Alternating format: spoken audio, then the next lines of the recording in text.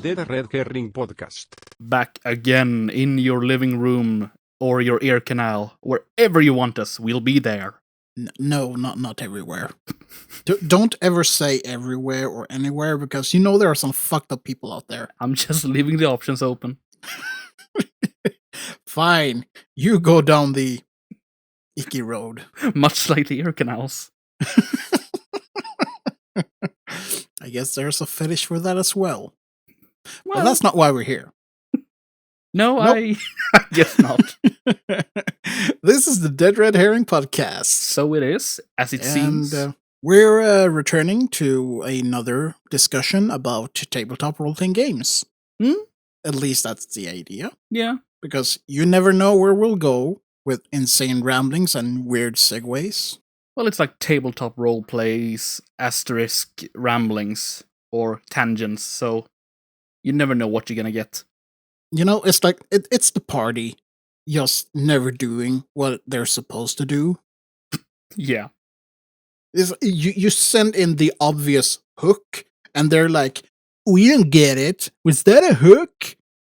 Fucking. And instead, they go out and just ruin the whole town. Now, what are you insinuating? Nothing. If you're referring to the situation with the dead roaming the city, I was barely involved. It was all your fault. Did we set them on fire? Yes, you did. Who knew embalming was flammable? Yeah, fuck it. We didn't. We do now. The city of Hadalon suddenly does. Yep. Well, what's left of it. Yeah. We don't talk about that. We don't talk about Hadalon. We don't go there anymore. But anyways, doing a little turn here. Last time we were talking about how we have our own games, stuff like that, and then went on a weird ramble about almost everything else. It was some sort of insane homeless people rambling there, yeah. You can be homeless, I'm not. I'd rather not be, but moving on. But I was thinking that this time, why don't you tell us about your game? Tell the audience.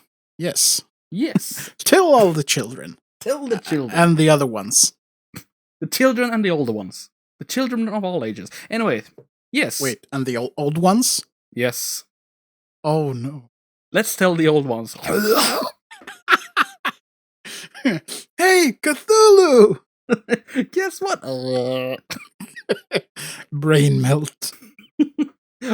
Oh, there I go. But it's not a Eldritch horror kind of game you have, right? No, not really. No, we touched a little bit last time about the superhero genre or the superhero game, and what I'm doing is some sort of superhero game, which I would almost describe as, you know how we went into Reality Plus. That kind of situation or genre, so to speak. It is set in real, or well, in modern time, but with a little bit more, so to say. More. Sort of, somewhat more evolved in technology than we have nowadays. So then you can, realistically have the options of having greater technology for your heroes. So, sci-fi-esque. Because it's not a fantasy game. No. That's for sure. Exactly. Well, now that you say it like that, I would say sci-fi, yeah. That's a weird thing. I never thought about that. Yeah, a side tangent just quickly. If you look at more or less any comic book that comes out of the West that deals with superheroes, it is technically always sci-fi. Yeah. Because they have technology that is way beyond what we have and stuff like that. Yeah, exactly. And that is part of the definition of sci-fi. That it is, because we always associate sci-fi with space. Yeah. Well, and basically it's just science fiction. Yeah. The first science fiction was Jules Verne's. Whichever he wrote first. Yeah, I don't remember how many leagues underneath the sea it is, but yeah. Lots. Yeah. Lots of leagues underneath the goddamn U-boat. Yeah. Before the time of U-boats. Yeah. So that's actually sci-fi. Yeah. All right. Then I stand Erected? I stand erected. That I do. Well, it's you, Sargon, and Chuck Schumer that stands erected. Yep. Erection fraud. Widespread. Damn right we do. But yeah. Tell the audience, how come you want to make a game like that? Because I'm almost gonna say childishly fond of the subject of superheroes or people with abilities, the superhuman abilities.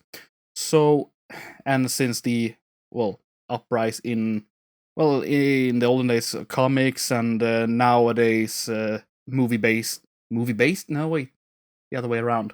Comic based movies. Good God, I'm talking out of my ass today.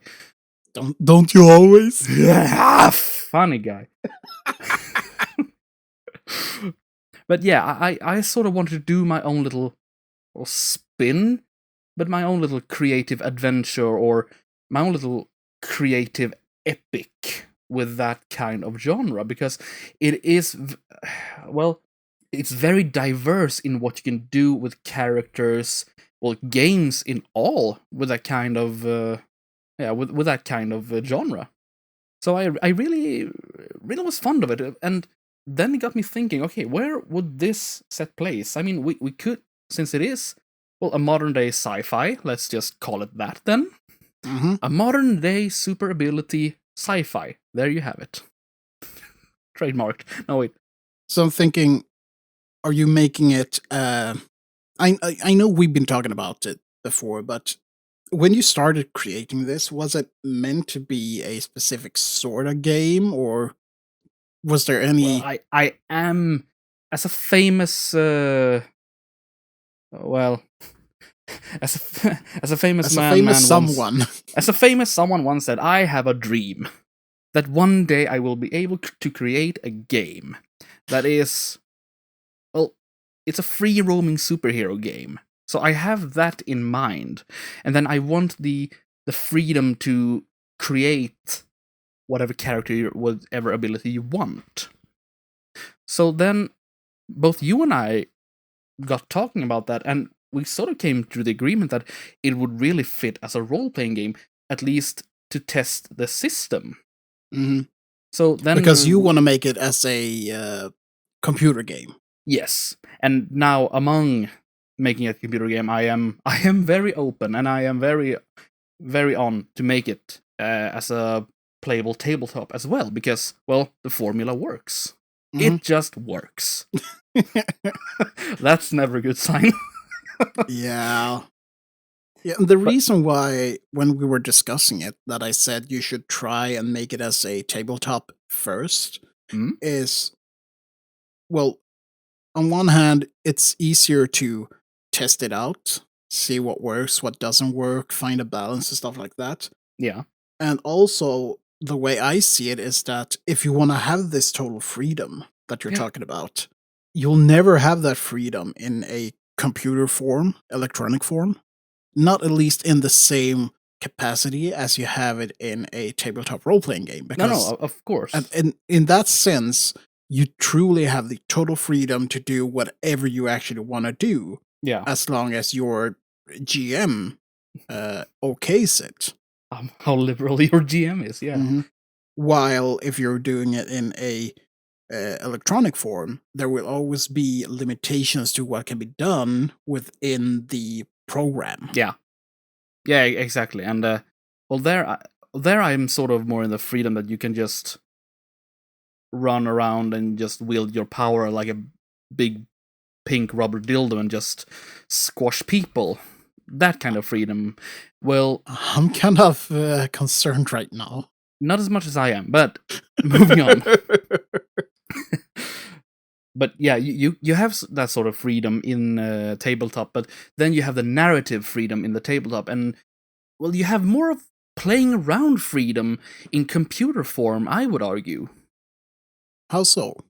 Because, well, there's always going to be something the GM says that sort of said, all right, that's enough playing out of you. Let's just come on down back to the story. Depending how liberal your GM is, granted. So you're thinking about the whole just free roaming kind of. I feel like blowing up shit over here and then fly over to this place and stomp people or whatever. Well, there's a reason GTA has become a very popular genre, I would say. True. So let's just give the power of a small thermonuclear device in that sense, and then we can really have fun. But I'm also thinking that there are games like this already out there. Like, for instance, you had City of Heroes. I'm not sure if that's still active. Yeah, it was active, but they shut it down. But there was talk about bringing it back into some other thing. And yeah, you would have the total creative freedom of doing whatever hero you wanted, but there was an teensy tiny little but ever so crucial problem with that. It was an MMO. That's not always everyone's cup of tea.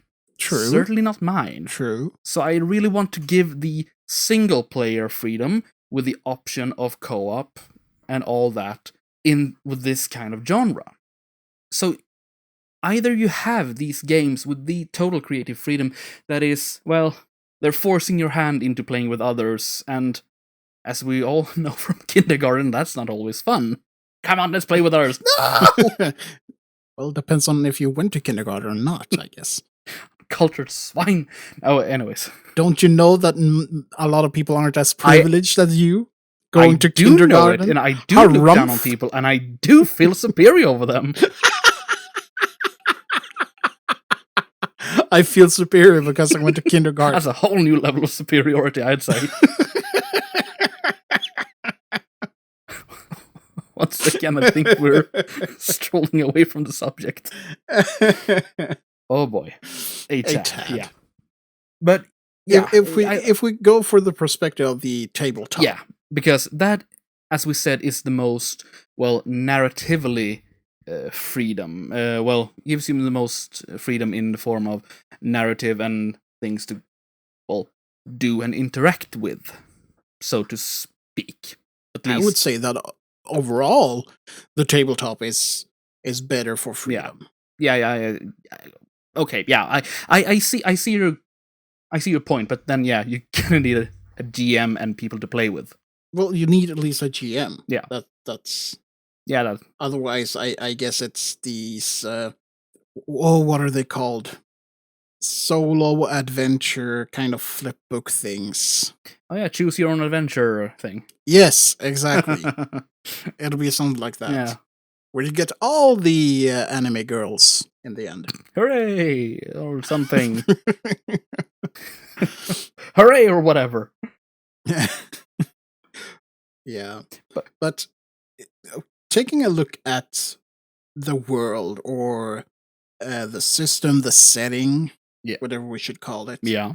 I know there are some other superhero RPGs. Yeah. Tabletop RPGs out there. Yeah, exactly. I mean, I have checking out a lot of what is it called? Mutants and Masterminds. I know it's one of those games, and it is, I would say, very much what I am doing.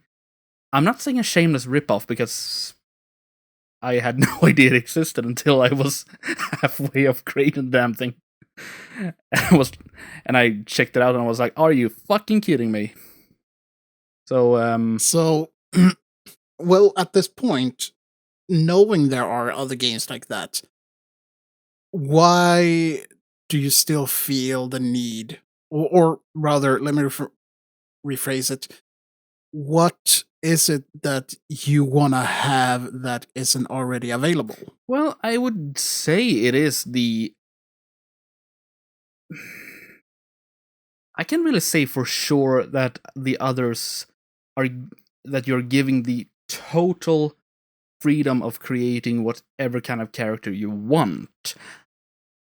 I really can't say that they have that, so I'm just gonna let it go unsaid. But what I am trying to do with this game, it is that you really can do whatever kind of character with whatever kind of power, within your character creation limits. That is, do whatever the kind of character you feel like doing.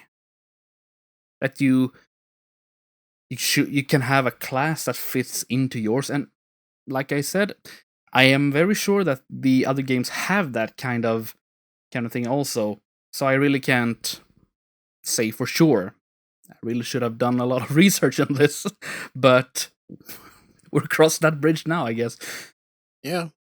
But okay, so instead of comparing to the other games, what is it that you've done? What kind of system is it that you have that allows for the total freedom of the creation? How are you accomplishing that? I am trying to accomplish it by dividing all kind of powers into specific categories. That is, you have, if we're gonna go down to mere basics, you have trajectory attacks that can be either ballistic and or energy. Where does that power come from or originate from? Or rather, or maybe just you're strong. Well, where does that what strength come from? Are you born with it? Are you how have you how have you acquired such strength in this? So I am trying to, through a semi simple system, trying to boil down all kinds of abilities you under the sun into categories. That's going to be a lot of categories. That is going to be, some amount of categories. I mean, you're always going to find some new powers, like, what the fuck does that fit in? But you're always going to sort of find that, this power sort of fits in on this one, so... So it's still a bit of interpretation of what a power might be classified as. Yeah, exactly. And that's just mere the power creation part of the whole thing. Then you have the whole, where do your power originate from? Have you acquired it through birth? Have you acquired it through, have you learned it? Have you got it through a procedure and or accident or something like that? So, you have, let's just say, you can be born with incredible strength. I mean, that's just a given. And you can learn incredible strength. I mean, just work out. Go to the gym, scrub. So... and or through an accident, that's a given. You have the Hulk for that. So true that is an accident. That is a big accident, I'd say. But that's what I'm trying to boil down against, that you can make your character as you see fit to the story or your character, and you can have almost all kinds of power acquainted to that kind of origin. But I'm thinking, you said almost all kinds of power. What kind of power would not be acceptable? Yeah, for instance, I have come to the conclusion, if I'm going to give you an example, you have the elemental kind of manipulation, like, for example, benders, if we're just going to pull that concept out of the air. You have, like, for instance, firebender, or we have a pyrokinetic, let's just say like that. Someone who can manipulate fire. You can, when I say you can be born with it, I'm saying within the possibilities of my world. You can, born with that ability, then you're some sort of... In Marvel, they would say mutants. I call them freaks. Freaks! So I am kind of fond of that.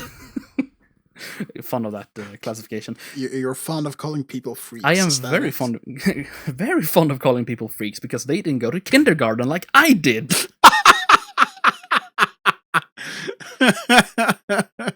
Dear God, there we go again. But what I am trying to get out of this insane rambling, that you can be born with a kind of ability. You can get it through a well, let's just say procedure. Say like, well, you suddenly, congratulations, through this implant you can control fire, or you have a bonfire party and you fell into the bonfire and now you suddenly can control fire. I don't know. Bullshit away, I guess. That would be kind of interesting. Oh no, I fell into the bonfire and now I can control it.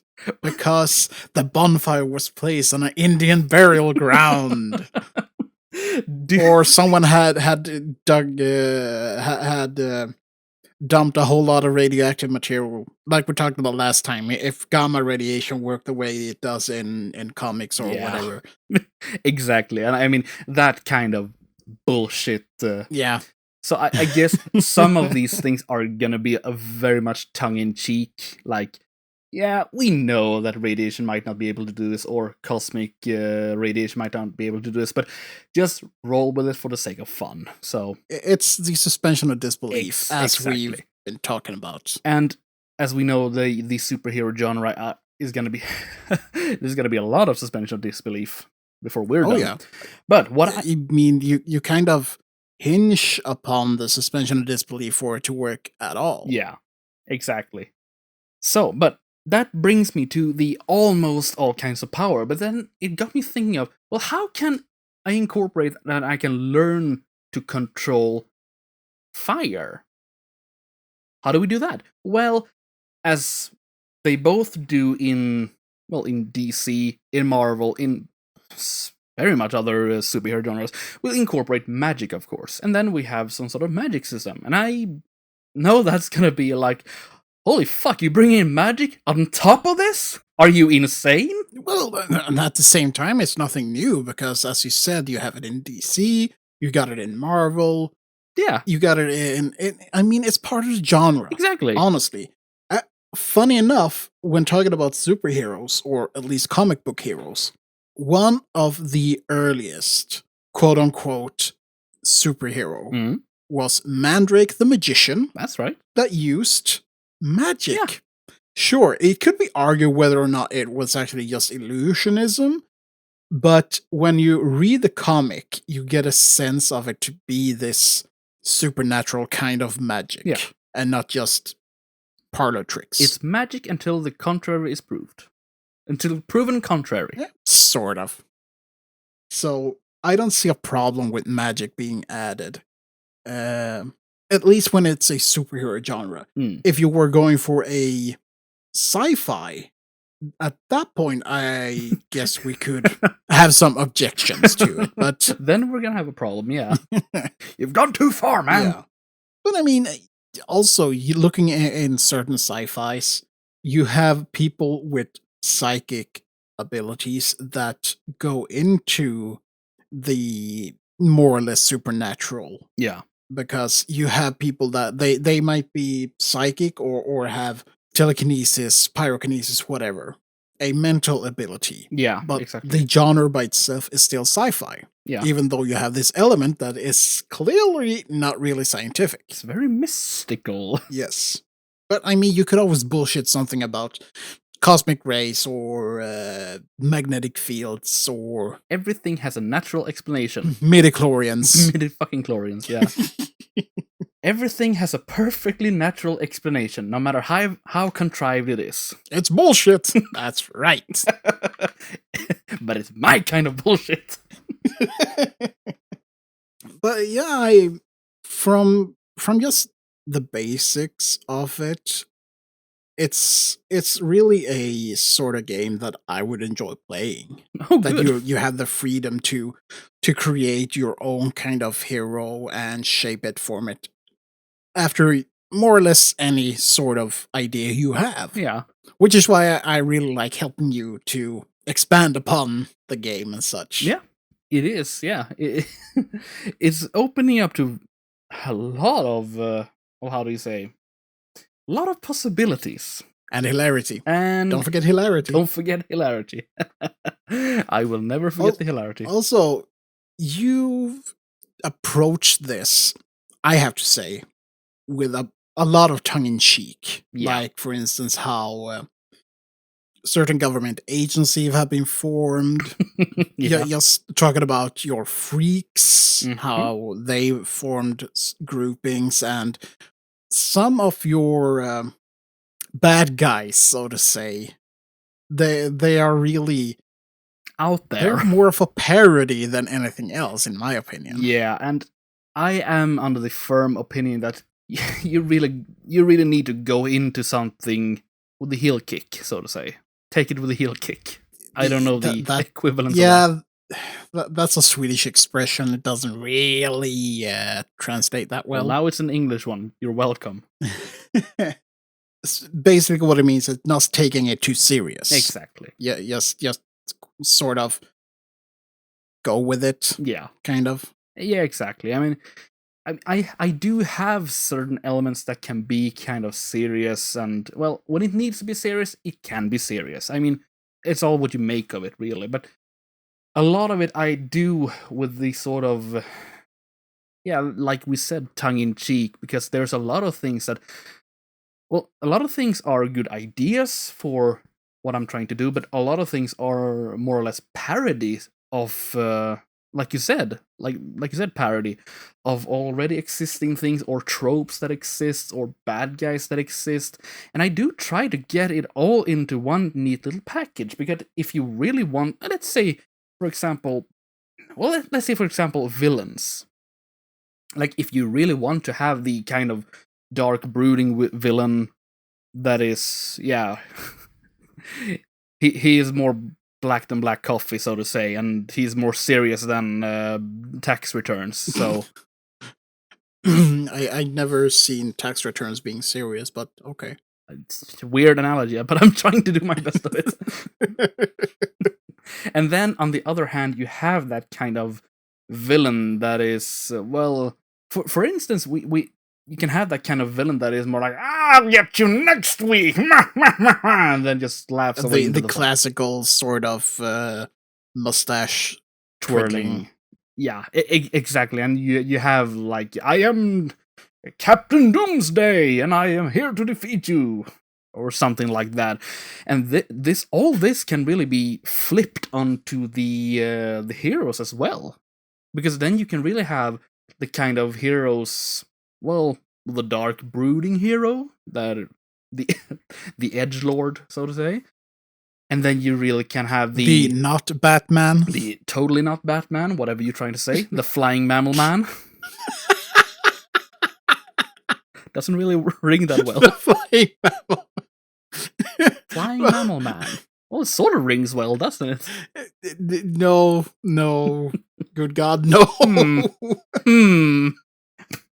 Mental note has been added. But you can have that kind of hero that, sits up on the rooftops and like, this city has a disease and I'm here to, all that. And then you have the vigilante that's like, I am just here to clean up the street because the police aren't doing anything, yada, yada, yada. Yeah. And then you can really have the Captain Underpants, like, vile villain, I am here to kick your butt, like that. So, very dapper. Very dapper, I know. It was more British than I anticipated. Suddenly, I'm thinking of the classical strongman in the suit, but with a top hat, monocle, and the twirly mustache. Ooh, I like that. I like that.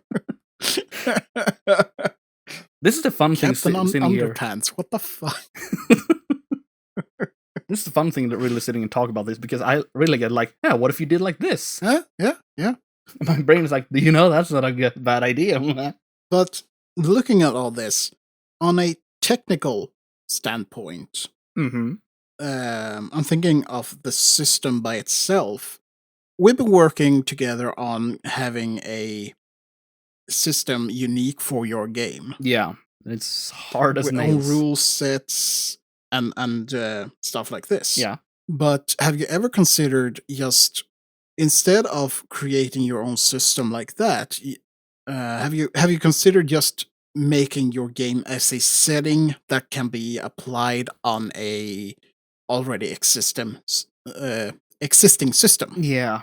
I know the thought has been with me, and I have been thinking about it. Like, for instance, the World of Darkness system is very well diverse in that you can do a lot of things with it, and I would guess that you can do sort of for this, or maybe you could even use your system from the steampunk game, if I may be so bold. Oh, of course. So you can even do like that. Like, that's gonna take some implementation for the all this the mechanics I have thought about for the powers, and that is still within the development stage of what you can do with powers, some all kinds of attacks, and what are you gonna roll the dice against and all that. But I have giving it the thought of maybe implementing an already existing system.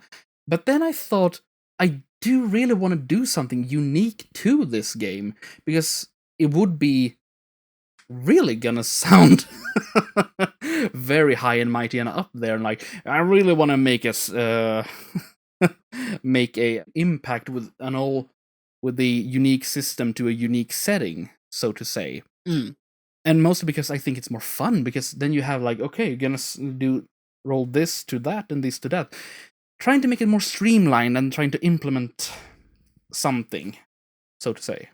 So that is my thoughts about that, because yeah, it would be easier for, well, if you're gonna test the game, yeah, I think it would be easier to implement an already existing, but I would say it's gonna be more fun to make a unique system to the whole thing. Yes, indeed. And I would almost think that you feel the same about your game. Oh yeah. The whole reason why I'm making my own rule sets and mechanics is it makes it easier for me to modify the game as a whole. And that is kind of why I'm poking at you with your game, because I know from experience how easy it is to sort of get locked in when the system by itself doesn't really allow to do the things you want to do. Yeah. Now, as we all know, when it comes to tabletop role-playing games, rules are more like guidelines. Yeah.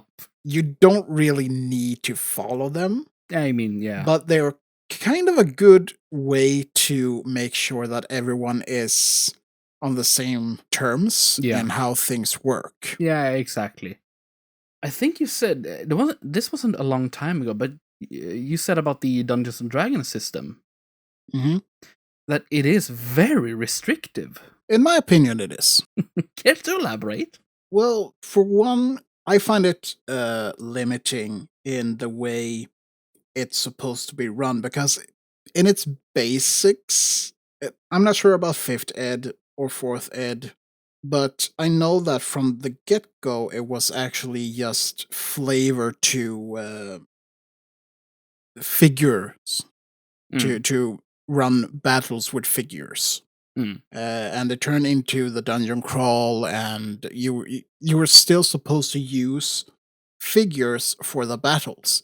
And the game in itself is, I'm not sure if I can say so without getting counter arguments, but in my opinion, the game is very American in that it is very squared into the tactical part of the game. You're supposed to have a group that consists of a fighter or someone that is melee, usually tank, some support class, and damage dealers. The whole World of Warcraft group. Yes, World of Warcraft, but I mean, now we're talking old school. Yeah, exactly. They got their idea from that, in my opinion. I can't say it really was like that, but yeah. And the way you make characters is that you have a class, you get feats and certain skills that go with that. Even though all characters can train skills, the feats are many times dependent on what class you are. Mm. And the way that I've been playing role-playing games, it's more of a free system in that you don't really have a class. You might have a vocation or a previous occupation. Mm. But when it comes to the character mechanics, you might have attributes, you might have skills, and certain abilities. But it's not that, oh, I pick a fighter and now I can only do things related to the fighter. Or Now I can if fight. I want to do spells, I need to take a spellcasting class. And I get all the pros and all the cons that comes with that. Mm. But from the games I've been playing is that you can, for example, create your character as a melee champion. Mm. But along the way, or even at character creation, you might throw in abilities that might not be typical for the melee champion, like stealth, spellcasting, bow and arrow. Yeah, it adds nuance to the already existing thing. I actually had a conversation with a guy on Minds about this, and in his opinion, class is a really good way to structure a group to make sure that everybody knows their role in the group and when they're playing. And I can see the argument if that's the kind of game you're playing. It's not the kind of games I've been playing, and therefore I'm not really thinking in that way.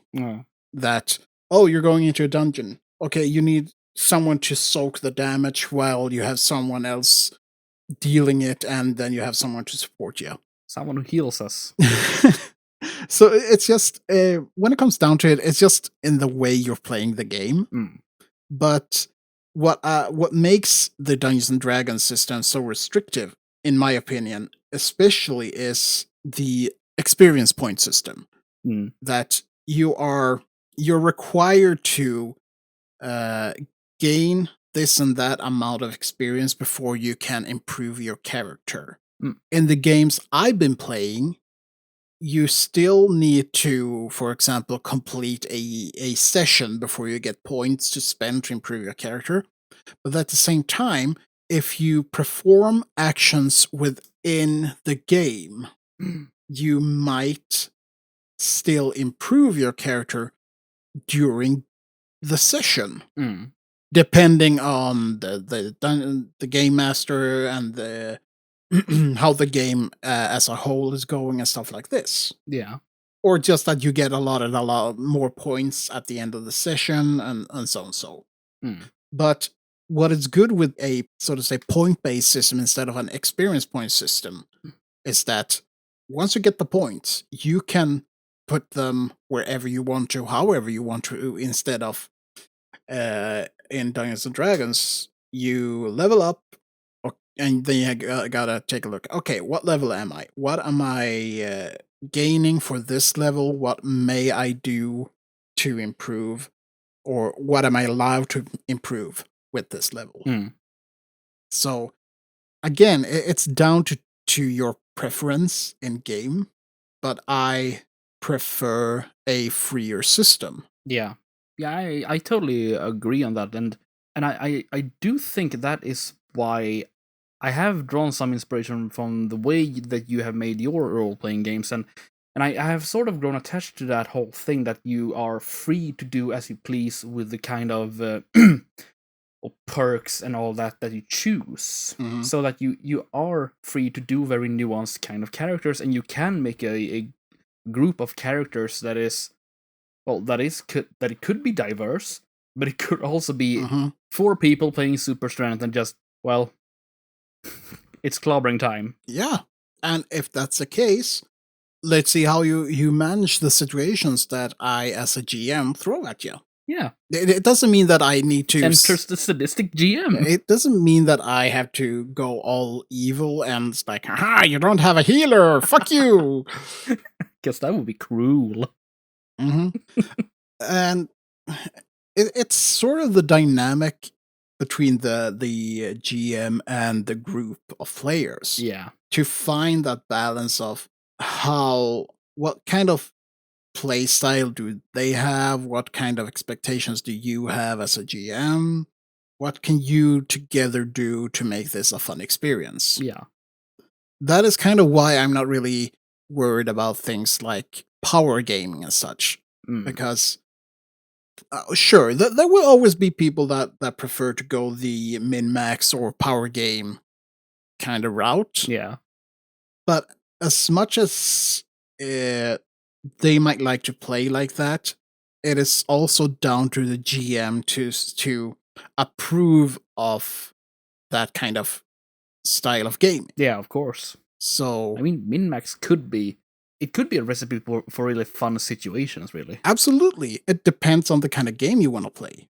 And also, I mean, if you have a player that does a min-max character, but plays it really well, that it doesn't really break the game as a whole, there's no problem. Yeah, exactly. But what are your plans for your game at this moment? Well, now I would say my plans lie a little bit in developing a very fluent system so you can play this, play all the mechanics without looking like a birdhouse and just, what the hell? I think that's also another one of them Swedish expressions. Well, get looking cultured, like Anglosphere. Looking like a birdhouse, it's looking very confused. Well, if you Google a picture of a birdhouse, you're gonna see that little hole in that kind of house, and then you're gonna understand. Or you just get a lot of references to the movie or whatever it was called, Birdhouse. That would be the Bird Box. Was that the Bird Box? Yes. Okay, my mistake. But yeah. I would say some of my plans lie in developing that kind of system, so everything just runs smoothly.